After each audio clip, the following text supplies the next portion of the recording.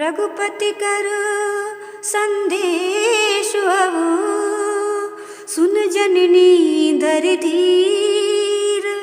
अस कहे कपे गद गद भयो, भरी बिलोचन नीर। हे माता, अब श्री राम जी का संदेश धैर्य पूर्वक सुनिए। ऐसा कहकर हनुमान जी गदगद हो गए, उनकी आंखों में प्रेमाश्रु भर गए।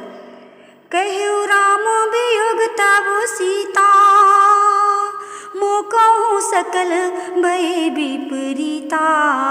नभु तरु किशलय अनल कृशानु, काल निशासम निशसि भानु।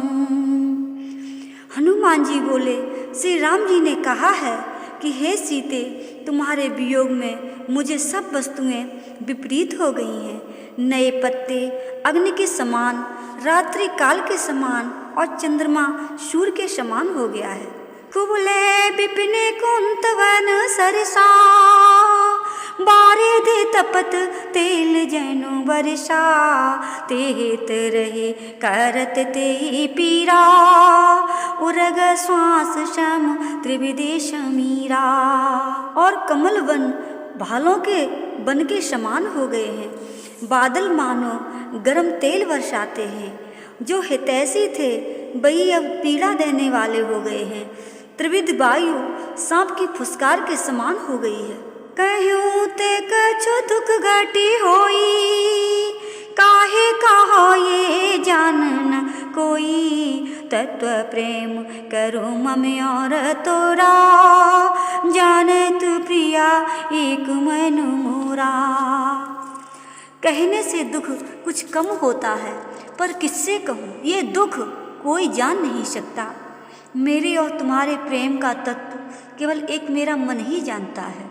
सो मन सदा रहित तो ही पाही, जानो प्रीति रस इतने माही। प्रभु संदेशु सुनत बैदेई, मगन प्रेम तन सुधि नहीं तेई।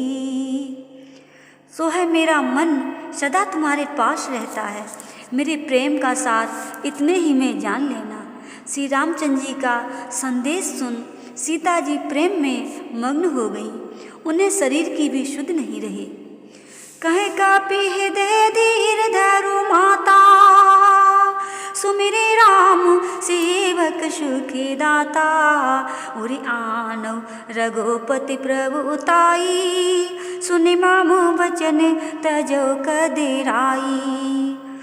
हनुमान जी कहने लगे, हे माता, सेवकों को सुख देने वाले श्री रामचंद्र जी का स्मरण करके हृदय में धीरज धरो। उनकी प्रभुता को हृदय में रख मेरे वचनों को सुन, व्याकुलता छोड़ दो। निश्चर निकरो पतंग समो, रघुपतिवान कृशानो। जननी हृदय धीर धरो, जरे निशाचर जान। राक्षस समूह पतंगों के तुल्य हैं और श्री राम जी के बाण अग्नि रूप हैं। हे माता, राक्षसों को भस्म हुआ जानकर हृदय में धीरज धरो। जो रघुवीर होत सुधि पाई, करते नहीं विलंब रघुराई।